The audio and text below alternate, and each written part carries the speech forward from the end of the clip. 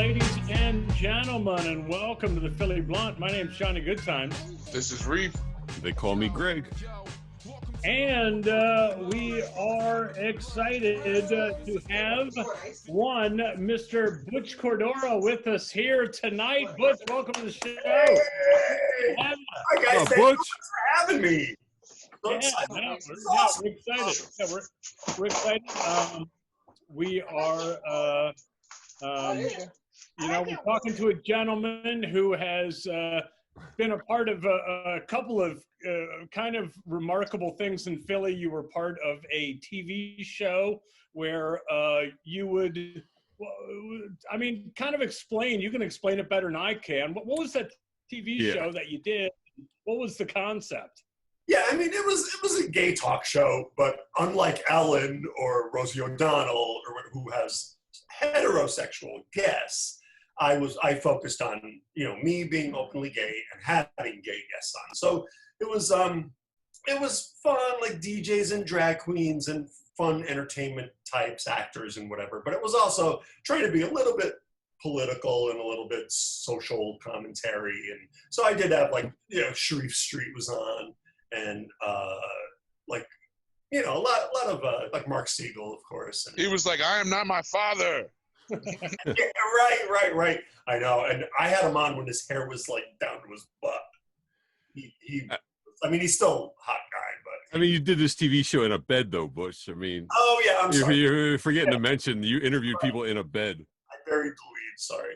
Yeah, so it's called In Bed with Butch, and I would do the show in a bed, and I asked that my guests wore pajamas, any kind of PJs or underwear or whatever, and so most of them did, and it was great. It was on Drexel University. It was just a college TV show for the first 3 years, but then got picked up by WYBE, which is now defunct, but I ended up being on. I went from public access to public television. So I went from just being seen in Philadelphia proper to being seen up to New Brunswick, down to the beaches, the shore, Rehoboth even, and Allentown, over to Harrisburg, Reading, and a nice chunk of the tri-state area. And then that's when it really got famous and I started getting a lot of press, and it went from 99 to 09, 10 solid years I did it. Who's the most famous person you've had on? I saw you had some Village people. Yeah, some Village. The most famous person I actually had in the studio was probably, kind of like the Village people. A lot of famous porn stars, like gay porn stars. But I interviewed a lot of famous people when they came into Philly for the film festival. So I interviewed Jacqueline Bisset, believe it or not. Oh yeah. And I interviewed Ian McKellen. He was huge too. Were you in pajamas doing this? Yeah, what was that like? No, Sir Ian McKellen? No, I was at the theater. These really famous people were on site, Jane Lynch. Oh wow. Yeah. Jennifer Tilly, she was awesome. A lot of famous people. So I know you've said about the show that when you started in '99, the world was a very different place by 2009. Like when you started in '99, you were as edgy as it got. That was something that probably just blew people's minds, and it's kind of amazing over the last 20 years how quickly things have moved. Tell us a little bit about what that scene was like when you started in '99, doing a show where you're openly gay on TV, when that wasn't really much of a thing. Right. And from '99 to '09, I actually call that decade, the double zeros or the aughts or whatever you call it, I call that the Will and Grace era, because it was Queer as Folk, the L Word, Will and Grace, all shocking. All so insanely. Now there's 175 gay characters on every freaking show. Right. Yeah. But back in '99, so I think I was just right with them. I was kind of riding that wave. So yeah, it was controversial, and certainly controversial for a college station and for Philly, but I think like in the late 90s, it started getting like, let's try this. Okay, like let's see what happens. So I think I was just right on that Queer as Folk, L Word, Will and Grace, like riding that wave. So I just like went along with that. By '09 though, like I wasn't really that special. Like it just didn't feel special anymore. And I kind of was hoping I was gonna sort of break national. Like I kind of thought maybe I could get syndicated or something would happen that I would maybe move to New York or my show would get syndicated in New York or, all over, but it just never happened and I kind of lost interest. Right. Yeah. Like, let me tell you, it was those 10 years, I was the poorest I've been in like my whole life. Right. It was so much money to make this show just for the passion of it. I mean, you guys are artists.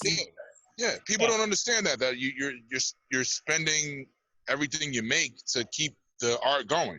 Right. That's right. And it's so funny because like now people, they're so used to me doing all these projects and they're like, oh, what are you doing now? What artistic thing are you doing now? And I'm like, nothing. Really? You're not doing anything? You're not doing it? I'm like, you know what I'm doing? I'm making money. That's what I'm doing. Right. Making money. Like I have a real day job and whatever. So Butch, when did you're from like Pittston?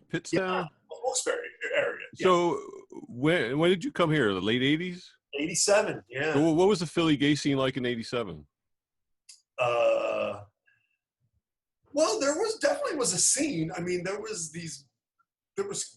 Kurt's. Did you ever hear of Kurt's? That closed. That was like the precursor to Woody's. Kurt's was like Kurt's was Woody's before Woody's. And yeah, I mean, there was a scene. It was a pretty big scene. Was there a scene, and also was there like concern with like the cops coming around? Was that still a thing in the late 80s? Nah. I mean, that's the generation before me. Okay. Yeah, I mean, I would say by like 1980, it was legal and right. But which is insane to even say that became legal in the 80s. You know what I mean? Like that's wild to me. Yeah, my lifetime. Yeah. I mean, it's so great. Listen, up until last week, I could, not in Philadelphia because Philadelphia was safe from this law, but if I had a corporate job in Ballackinwood, they could fire me for being gay. They could literally come up to me and say, Butch, you're fired. And I could say, why are you firing me? And the boss could say, because you're gay. And I had no recourse. Until last week. It's insane. Imagine, like, oh, well, I'm fighting you in court. Go ahead. You're gay and you're fired. And right. I mean, could you imagine in 2020 that people could? Yes. Yeah. I know. I don't need to diminish anybody else. No, not at all. I know what you're saying, man. I know what you're saying. I think it's like, I think that it's part of like, I think the last few months is kind of, we've talked about this on the show quite a bit, like the concept of American exceptionalism has kind of been blown up a little bit in the last 3 months. And we've gotten a long, hard look in the mirror on a number of things. Right. And, that's one, as well as, the last few weeks, we've interviewed various people affiliated with Black Lives Matter. Like, we're living through an age where kind of this thing's being exposed where, oh, maybe we haven't been that great to minorities. Maybe we aren't that exceptional. And I think that like we're living through a really interesting time right now, kind of having that exposed to us because we're not distracted by sports. We're not distracted by live television. We're just kind of facing this thing, Yeah, that's true. And the gay community somehow is like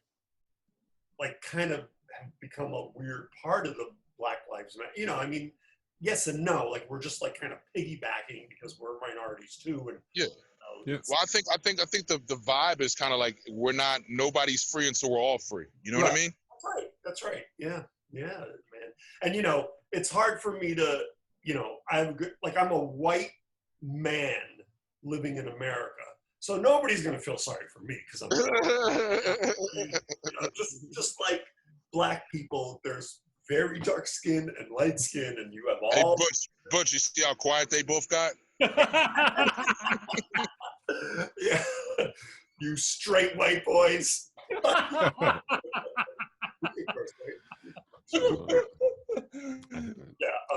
but yeah, so but yeah, it's crazy.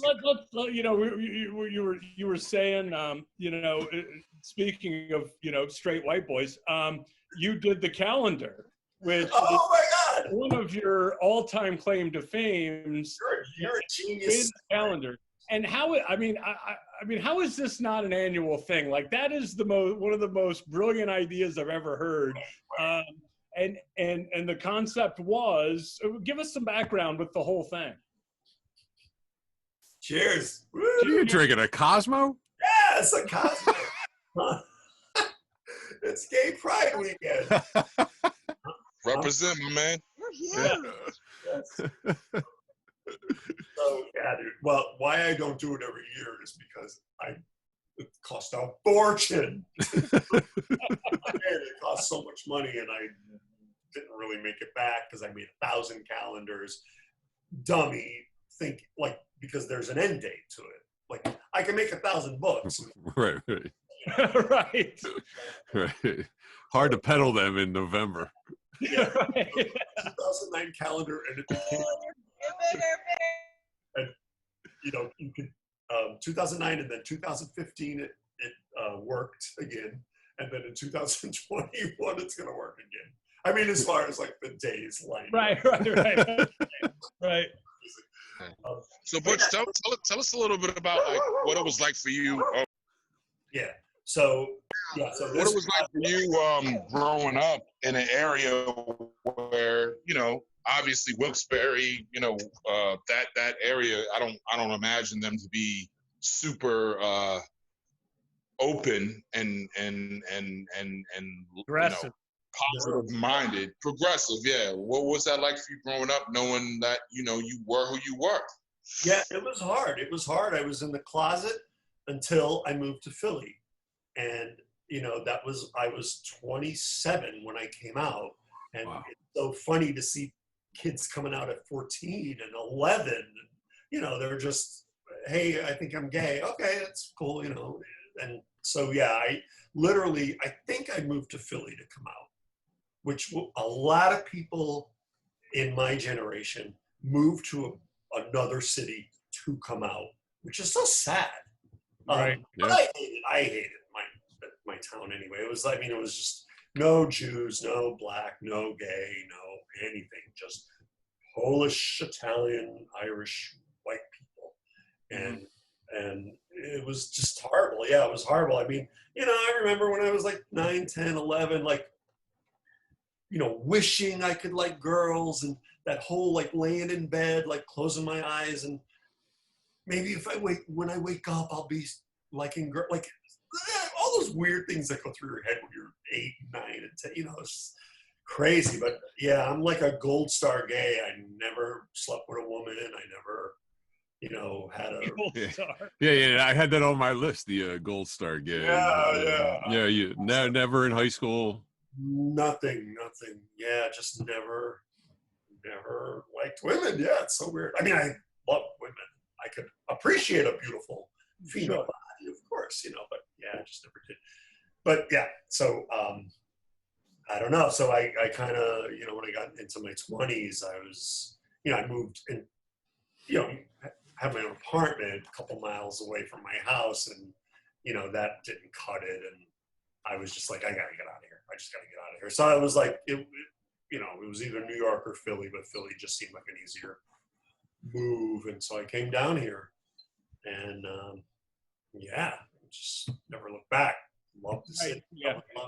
Did you fall in love with Philly right off the bat, or was there an adjustment period in terms of, we're talking what, like 87 here, I think I read? Yeah, late 87. And, it was weird because that's when the AIDS epidemic was really big and like coming to the surface of the media too. Like, I mean, AIDS was probably the biggest in 84, 85 when it first came up. But 87 is when people started talking about it in the media and whatever.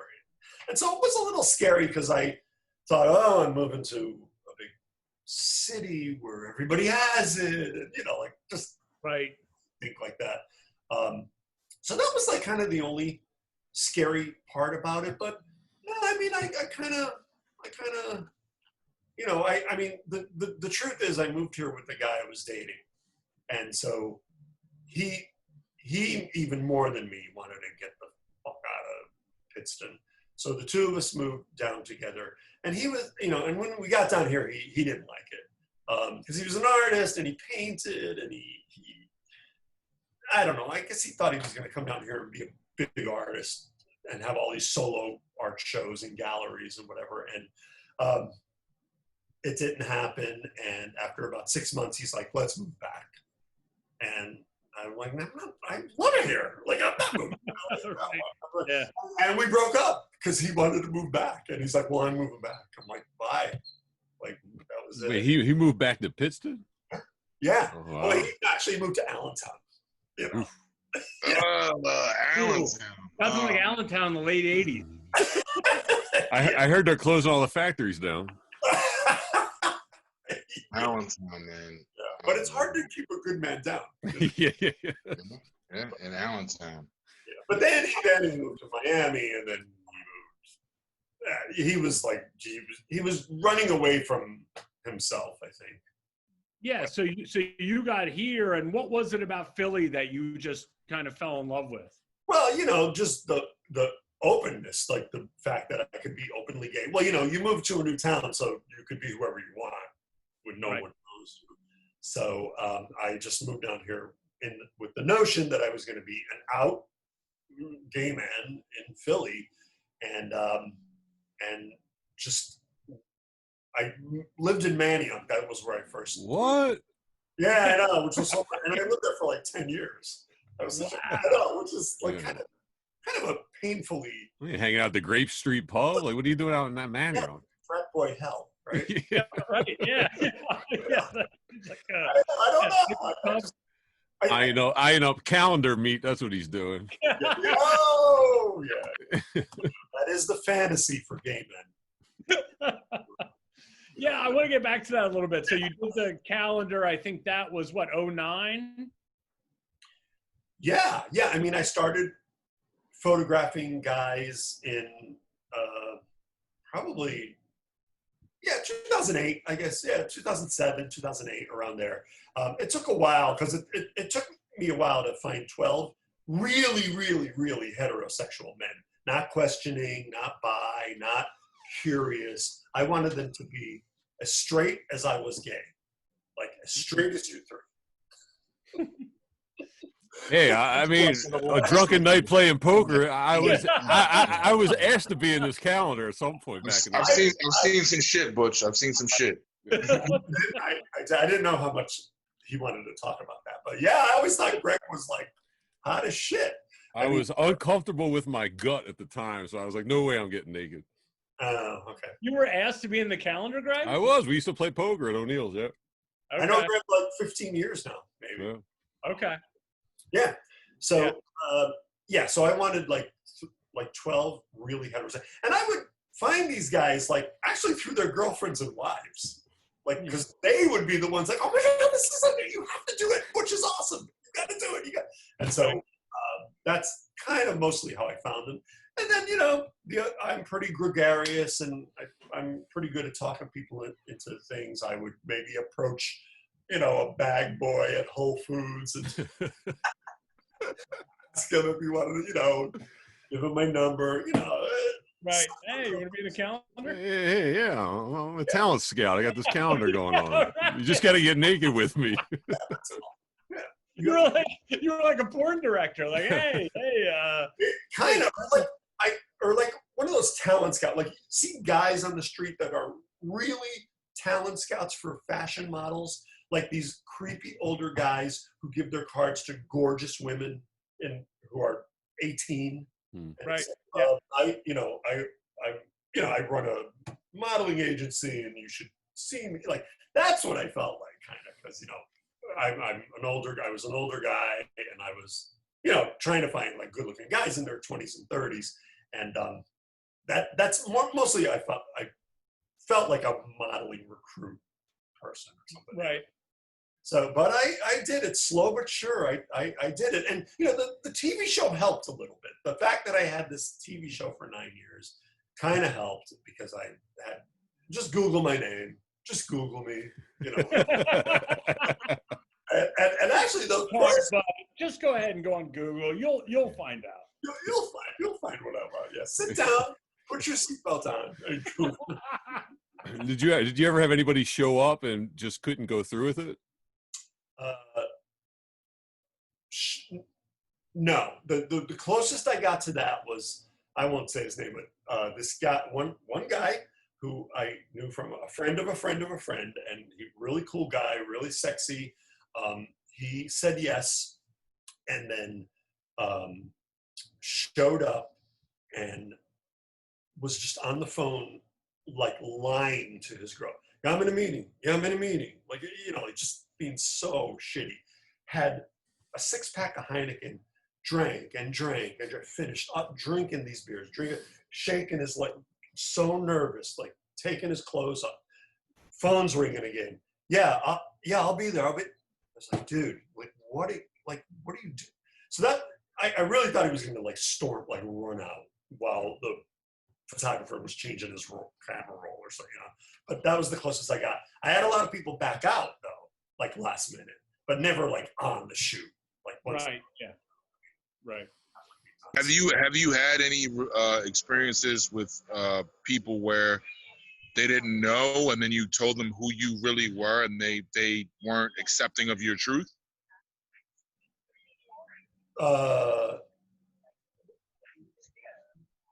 don't. What do you mean? Like, I don't understand. Like they didn't know that you were a gay man, and then they found out, and then they didn't want to be in your world anymore. Oh, I always just, I came clean from the beginning. I was like, Sure. Listen, yeah. Well, that's not true. I would say, the initial thing would be like, I'm doing this photo shoot. It's really controversial. I would love to have coffee with you and sit with you. There is nudity, but it's tasteful and artful, and it'll be a great thing for you to get out of your skin or get out of your comfort zone.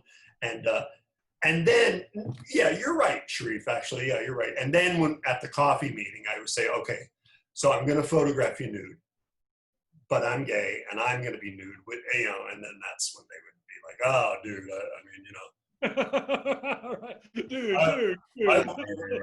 I wouldn't even take a nude photograph with my wife. But me nude with my wife nude, I would never even do that in front of a photographer.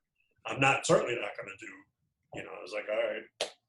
So yeah, it was, but yeah. I mean, what was the spark for the whole thing? Like, that's a kind of a random, like, artistic project to take on. What was the thought behind it? I mean, just the fetishy thing about it, I guess. Just that, like, really, I guess it would be like you would do a calendar with 12 hot lesbians. I don't know. Like, right. Like that didn't want to have anything to do with you. Naked, and they're naked, but you can't touch them because they're gay. I don't know. It doesn't have the same effect or whatever. But mostly that's what it was, the fetishy part of it, like how,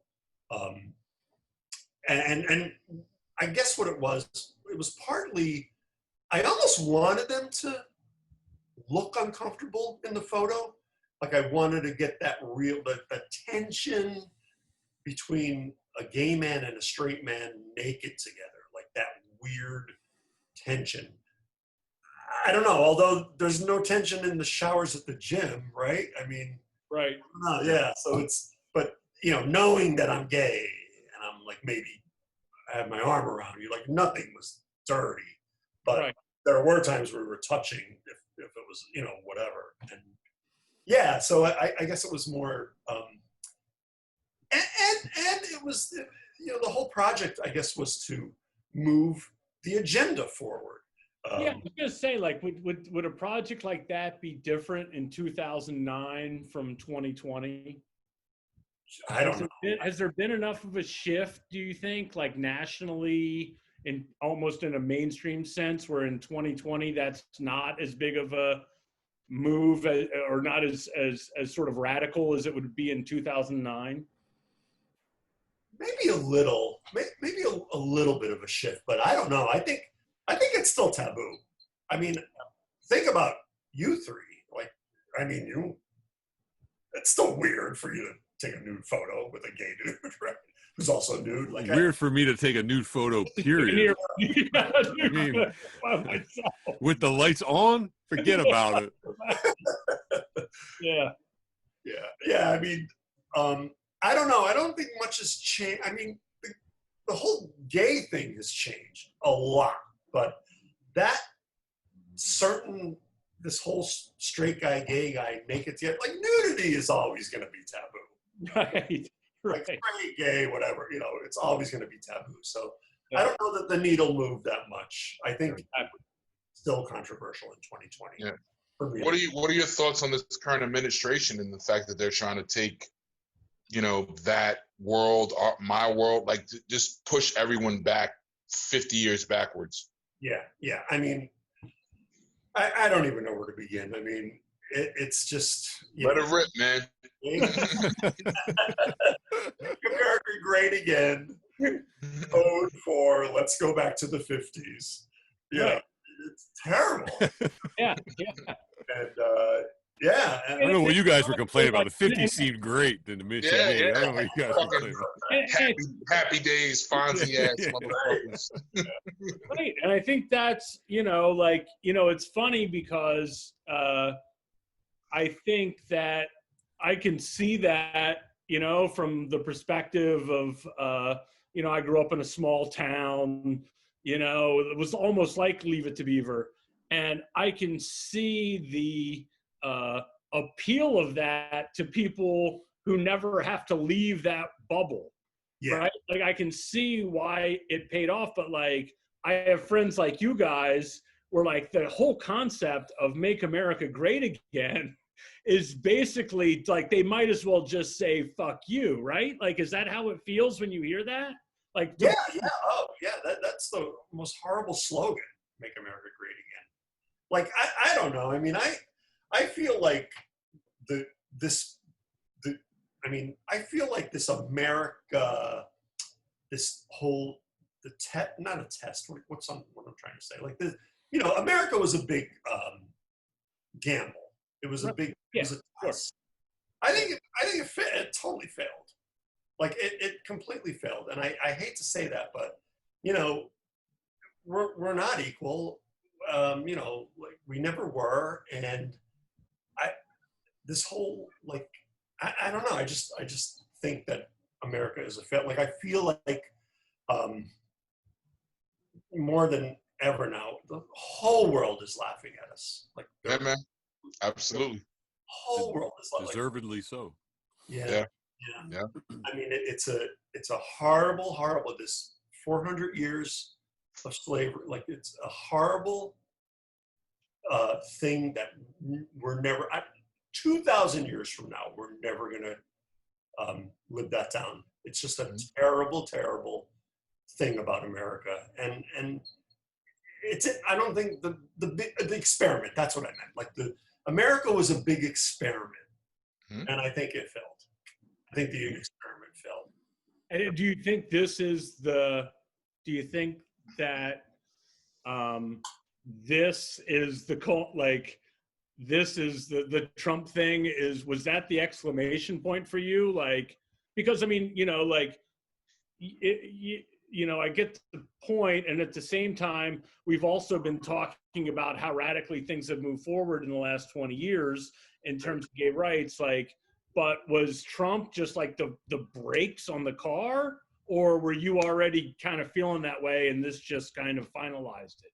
Yeah, I mean, I honestly thought like when Obama got into office in 2008, I remember telling everybody, I don't think we're ever going to have a white guy again.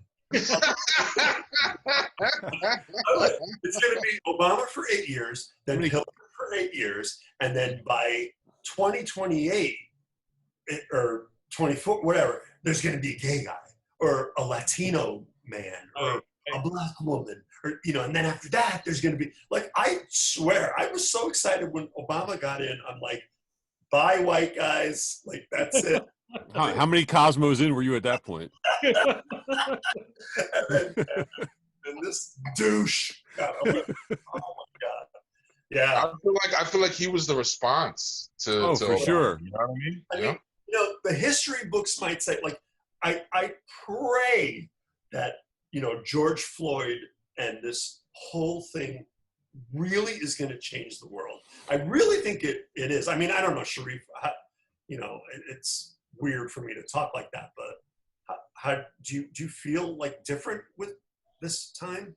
I feel like what happened with George Floyd, I feel like that was like the snap, that was the, as they say, the straw that broke the camel's back. You know what I mean? Like, you have people now that are like, we're not going back to this. Like, literally cops are getting arrested every day now for shit that they did, and that was something that you never saw, because it's not okay. And it's not, people are more worried about property and businesses and things like that. So to see the reaction across the nation, I think that that's going to really play a part in how we move forward. I don't think we're going back to how it used to be.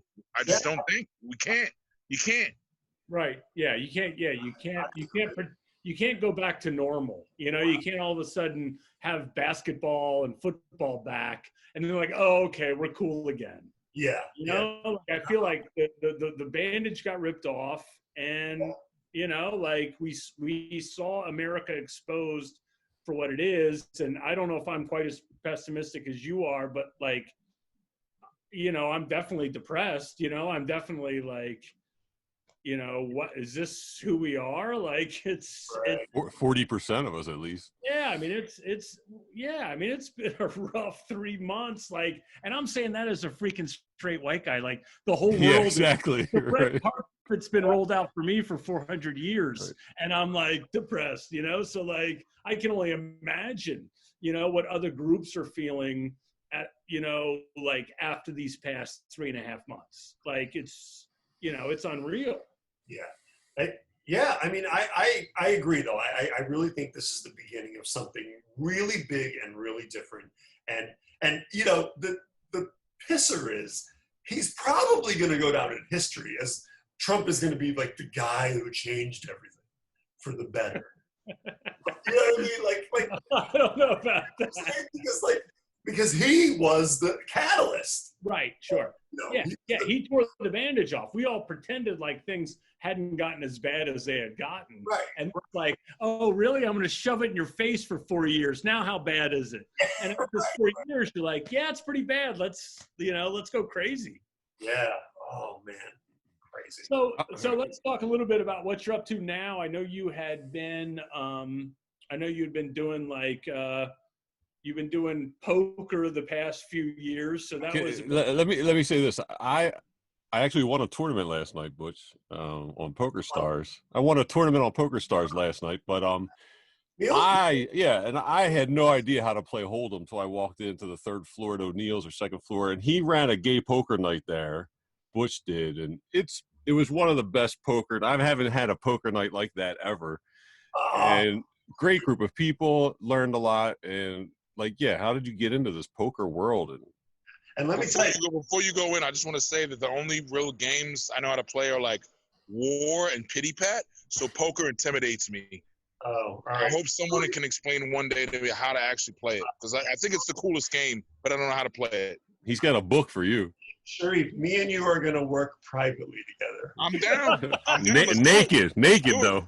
Hey, look, I'm comfortable. I know who I am. I'll sit naked with my man and play poker. Here we go. Man, if our clothes happen to fall off.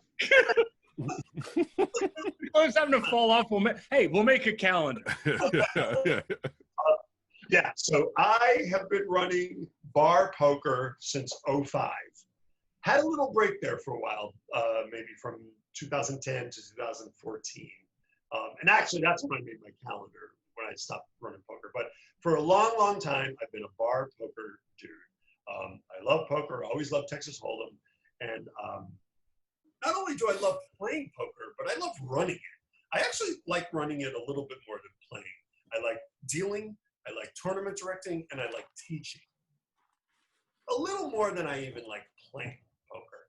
So now, Butch, I got to ask you too. Do you kind of like looking through your resume? Do you kind of like being the center of attention? I mean, I host Quizzo for a living, so yeah.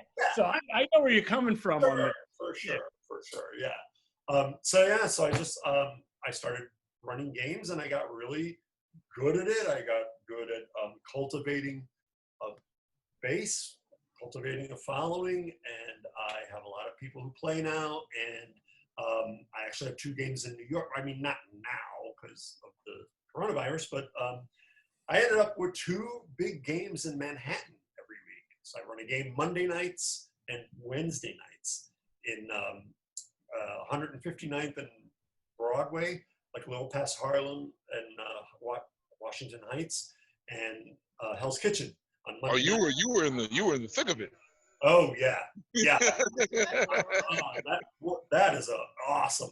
Yeah. Are you familiar, Sharif, up there, New York? Or yeah, no, I know a little bit about Harlem, and I know you were in the thick of it.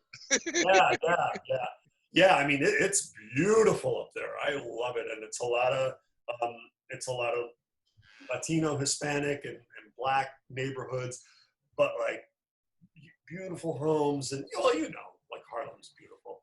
But so I run 2 big games in New York and 2 in Philly right now. I do 4 nights a week, and I mean, I've been doing that since 2014 now, and they're going really well, very successful. A lot of people play, and it just is just a little offspring of that was to write a book. I've always wanted to write a book, and with this quarantine, I had all the time in the world to write it. So I started it in April and just finished it a few weeks ago. And oh, nice, good for you. Proud of it, yeah. Absolutely, that's awesome. Yeah, it's cute, it's fun, it's a quick read, 100 pages. What's the background on the book? Yeah, so it's the Gay Guide to Poker. Nice. Yeah. So it's basically how to play poker as a gay dude in a heterosexual atmosphere. Cards and darts and pool and sports and all these heterosexual historically heterosexual pastimes. A lot of times it's weird for gay people to jump into that. I mean, gay softball leagues, so everybody's gay in softball. Right. That kind of thing. But when I go to a casino, I'm the only gay dude, and not that I sit down and go, "Hey, everybody, I'm gay," but I'm not. I don't hide it either. Like somebody asked me, just about 6 months ago, somebody, dude, I had a shirt on that said "weirdo," and the guy said, "Oh, dude, where'd you get that?" And I said, "It's my boyfriend's." So right there, I outed myself. But straight people do that all the time. Hold on. I gotta leave the table. My wife's calling. Right. Well, you just outed yourself as a heterosexual. Right. You said my wife's calling. Dude, I don't fucking need to know you have a wife. I don't fucking need to know you're straight. You know what I mean? Like that's turn the tables, because that's what if I ever said I have to hold on, my boyfriend's calling me. Oh my God, like the whole table would stop. Oh my God, that guy's gay. That kind of thing. Do you think that changes how people interact with you in the game? Like, do certain insecure guys not want to get bullied or bluffed by a gay guy at the table? And that's what it is. And all 10, 11 people, certainly they're very respectful, and nobody calls me any names or anything. I mean, we are past that. But I am 100% viewed as a weaker opponent. The minute they find out I'm gay, I think I get diminished a little bit as a player, because, I mean, he's a gay dude. How good could he be? I mean, he seems to be playing okay, but you know, how serious could he be taking this? He's gay, you know, yeah, that kind of thing. So, oh yeah.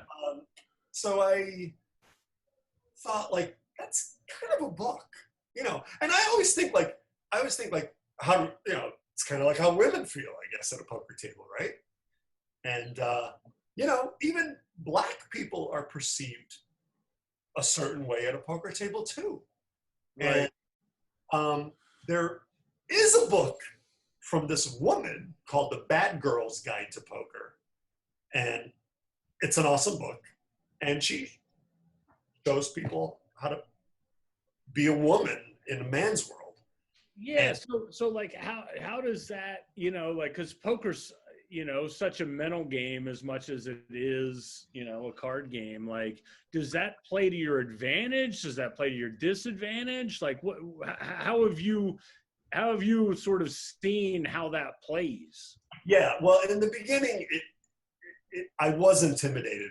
Like when they, you know, like I felt like they bullied me more. But now I don't feel it. Now I use it as an advantage because I kind of hope they think of me as a weaker opponent. Like I like that they think of me as a weaker opponent. Right. You know, and then I kick their ass and take their money. And, you know. Right. So that's kind of what the book is about a little bit. Is about how to, you know, how to be a woman and play poker, how to be, you know, not white and play poker, how to be gay and play poker, and how to just use your minority to an advantage. Yeah. And also use white guys' arrogance. You know what I mean? Against them. Yeah, right. Yeah, absolutely. Like, I mean, I wish a Black person would write a book about how, you know, how to be, you know, how to play poker. Yeah. Well, you show me the rules. You show me how it's done. And then the book will be out. I was like, guys, I don't know if you know this. Let's get this money, Butch. Let's get this money. Yes, the Black Guy's Guide to Poker.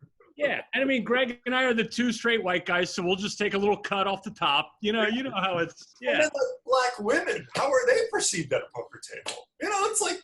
Yeah. You know, by a white guy. Lots of books, lots of spin-offs here. Lots of books, right. So you did the book. What's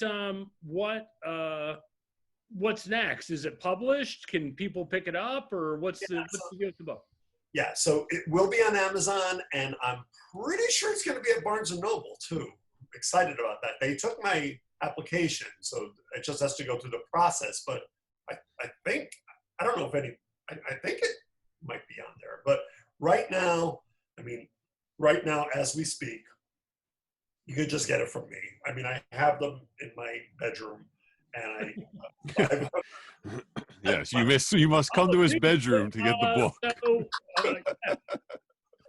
And just like, you know, email me or Facebook me, and you know, we'll hook it up and I'll get it to you somehow. Okay. Well, we got the Shibe Sports is on 13th and Walnut.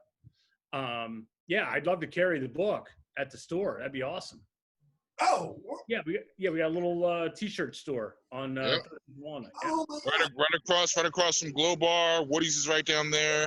Yeah. Oh, so Johnny, you work at Woody's? You work at 13th and Walnut? Pretty much. He's there every day. Don't lie. Don't lie. I've caught him. I've caught him walking by more than once. You know. Yeah. Yeah. No, we're just a block. Yeah, we're just a block north there. Holy shit! All right. And I keep it super black because I go to that chicken spot right by Woody's every other day. Oh, Wishbone. Wishbone, dude. Oh my God. Yeah, that's good. Yeah. But yeah, that's so if people want to get the book, you said it's going to be on Amazon. Do you know how soon? July 7th. It's going to be. Wow, man, that was congratulations, man. That's awesome. So did you self-publish or? I did. Okay. Yeah. So I tried to find a publisher, and this is how the publishing world works. Well, half of them said we're not doing anything during this COVID, so call us in 6 months. And then the other half said we need to talk to your agent, you know. And I was like, agent, I just wrote this last month. yeah.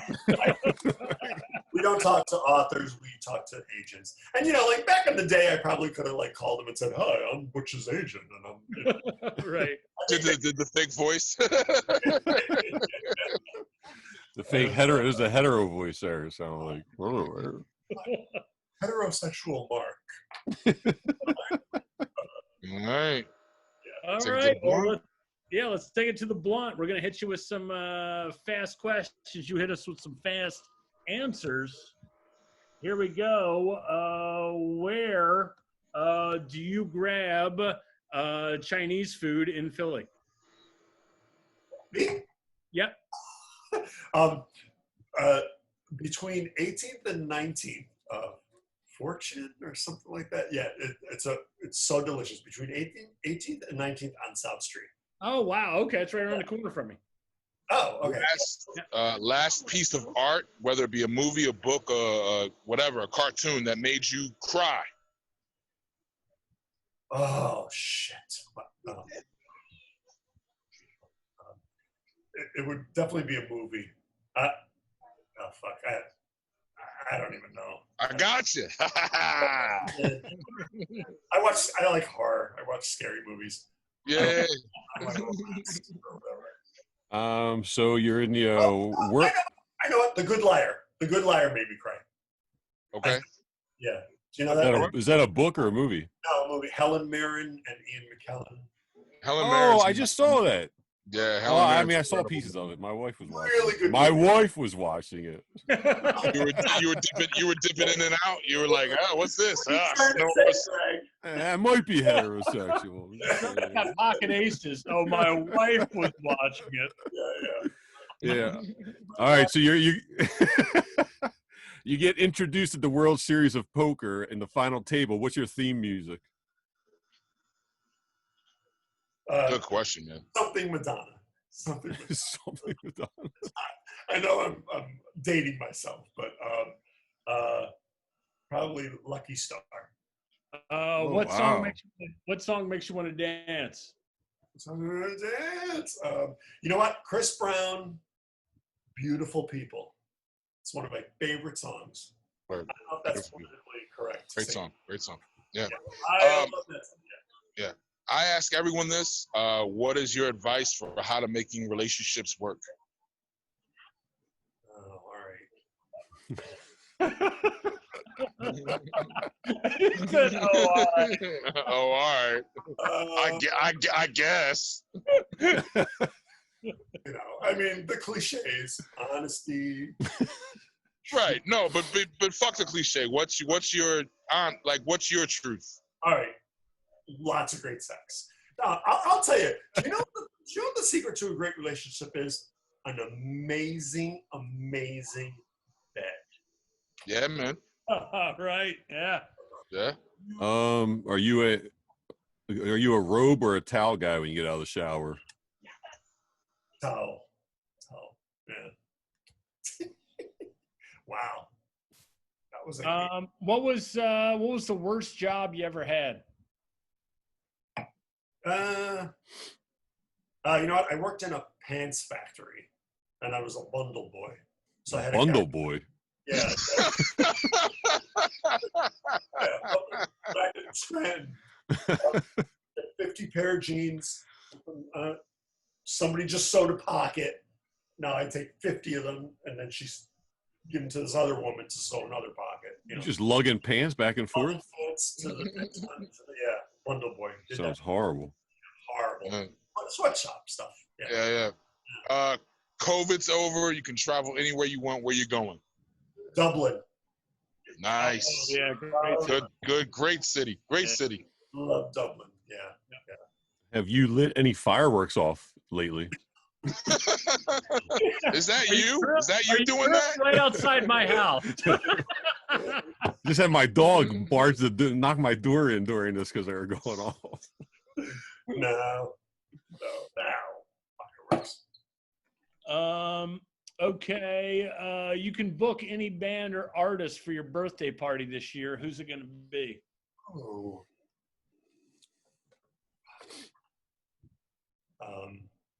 Weeknd. Oh wow, really? Yeah, I like The Weeknd. He's like, Yeah. Yeah. All right. Defund the police, abolish the police, or leave the police alone. Yeah, like the middle one, like no, no, I mean defund them. Like we can't get rid of the police altogether, but I love the idea of social workers and Yeah. Johnny's on that wave too. Yeah. Yeah, I'm getting there. Slow but steady. I got these two radicals trying to pull me over, and Johnny wishes we'd all just leave them alone. Let them do what they're doing. Johnny's like, the cops are good people, man. Hey, Butch, if you go back in time, in Philly to any club for one night to party, where would you go? So that's a good one, Greg. Yeah, the 247 Club. It's now the Black Sheep on 17. Okay. Oh, okay. It was a down and dirty, I guess, kind of like the Bike Stop now is. The Bike Stop is like the leather bar in Philly. Right. Like, Mm-hmm. There was a place called the 247 Club, and there was male strippers.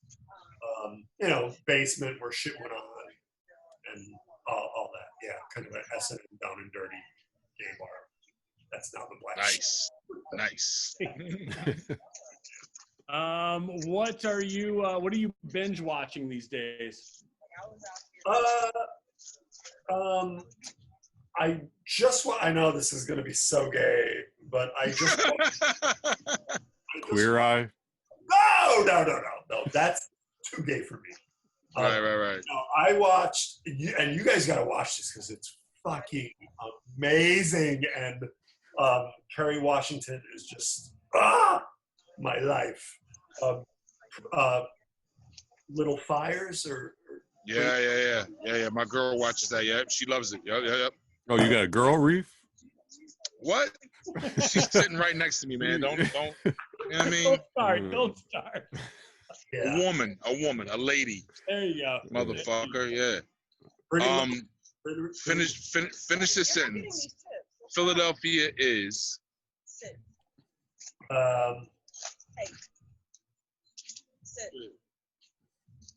Dirty, scrappy. Dirty, scrappy, beautiful. Happiness. Yeah. I know. Not Detroit, not Baltimore, but just the most scrappy city. If you could have anyone play you in the movie except Tom Hanks, who would it be? And the pillows there, so it makes it higher. And it's look like Iggy Pop laid up on that cross. Maybe like Dustin Hoffman. I see it. I see Dustin. Yeah. Maybe Al Pacino. Yeah. I see a little Keanu too. Oh, Keanu would be good.